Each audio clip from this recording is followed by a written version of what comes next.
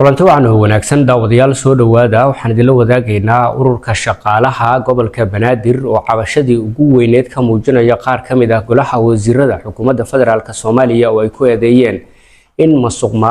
ay ku wajahayaan shaqaalaha guud ahaanba isla markaana isdabamarin xoogani ay sameynayaan. kulan maalintii shalay ahayd magaalada Muqdisho ay isugu yimaadeen shirkaas jaraa'idna uu ka hadlay gudoomiyaha ururka shaqaalaha gobolka Banaadir ayaan idinla wadaagaynaa iyo shaqaalaha waxyaabaha iminka ay ka cabanayaan. muuqaalka gaarsiiya baraha bulshada qaybahooda kala duwan subscribe-na inoo saara saaxiibayaal.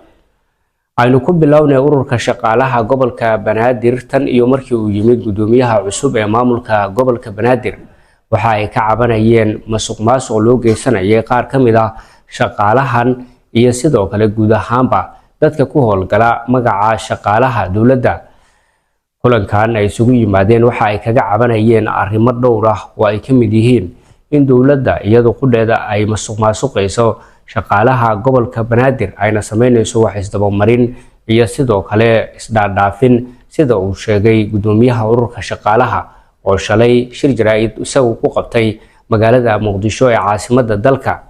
gudoomiyuhu waxa uu sheegay in shaqaalaha gobolka Banaadir sidii la rabay xilligan aanay ahayn dawladda gaar ahaan qayb ka mid ah golaha wasiiradana ay cabasho ka yihiin taas uu ku sheegay in cadaadis xoogan xilligan shaqaalaha la saarayo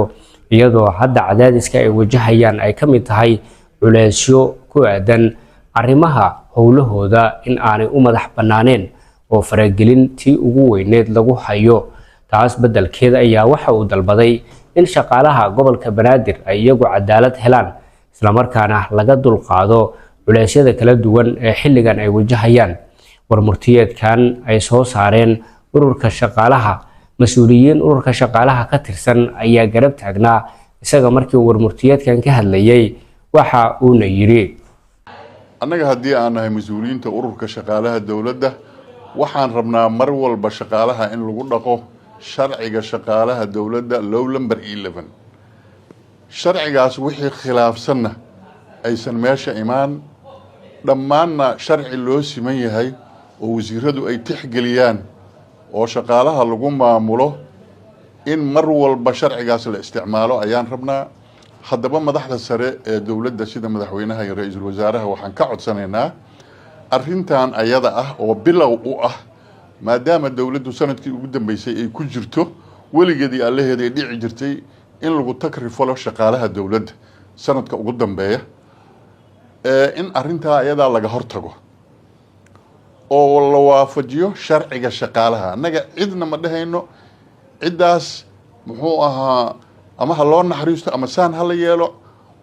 sharcigu wuxuu qabo in la waafajiyo sharciga shaqaalaha dawladda ayaan doonaynaa. arrintaana si degdega ay usoo farageliyaan xafiiska ra'iisul wasaaraha iyo xafiiska madaxweynaha aad iyo aad u mahadsantihiin. sharcigu ha sareeyo. war saxaafadeed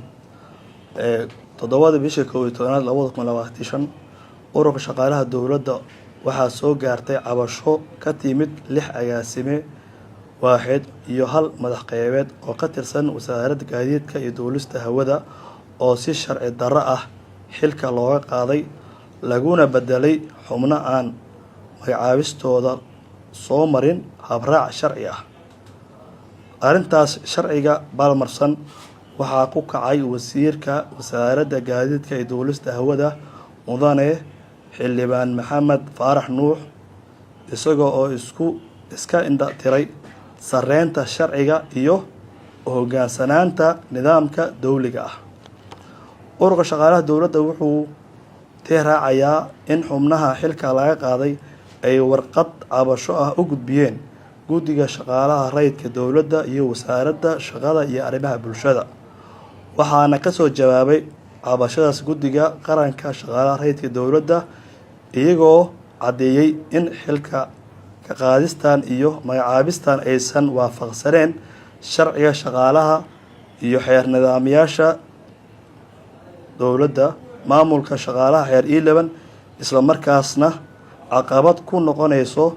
howlaha dib u habeynta shaqaalaha sidaas ay tahay wasiirka wali uma bisla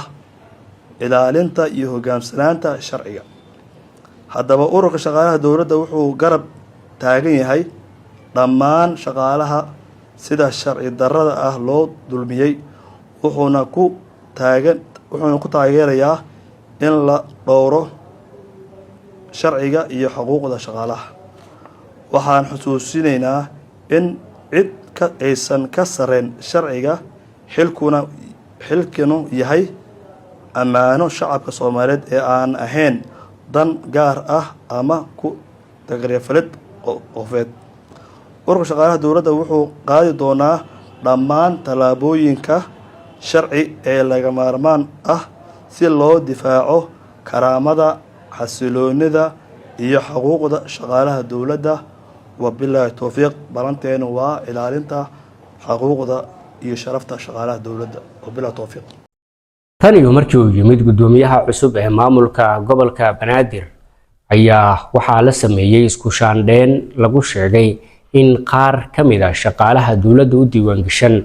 oo inta badan ku sugnaa dalka dibadiisa gaar ahaan Mareykanka iyo qaar ka mid ah wadamada Yurub ay iyagu dhaqaale ka qaadanayeen gobolka Banaadir kuwaasi oo si sharci darro ah loo diiwaan geliyay.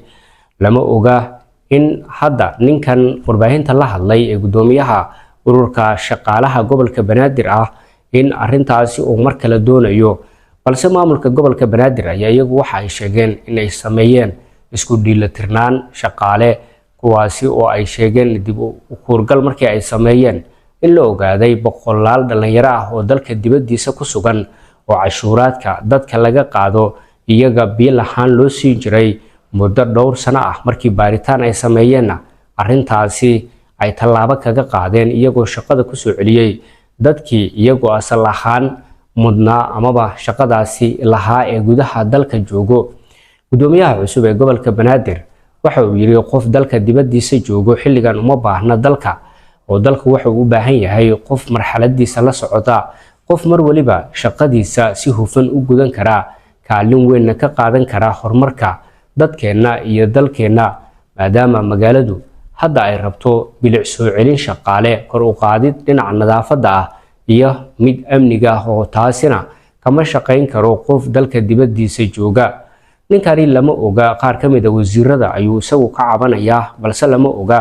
in uu ka mid yahay maamulkii hore ee gobolka Banaadir hab systemkii ay ku shaqaynayeen kaasi oo ahaa inta ugu badan in dadku laga shaqaaleysiiyay dalka dibadiisa iyagoo aanan shaqada soo xaadirin ay qaadan jireen dhaqaalaha dowladda federaalka Soomaaliya ay ka aruuriso shacabka gobolka Banaadir. waa ku mahadsantihiin daawadayaal muuqaalada halkan aan ku soo gudbino. muuqaalka sheer gareeya oo gaarsiiya baraha bulshada qaybahooda kala duwan.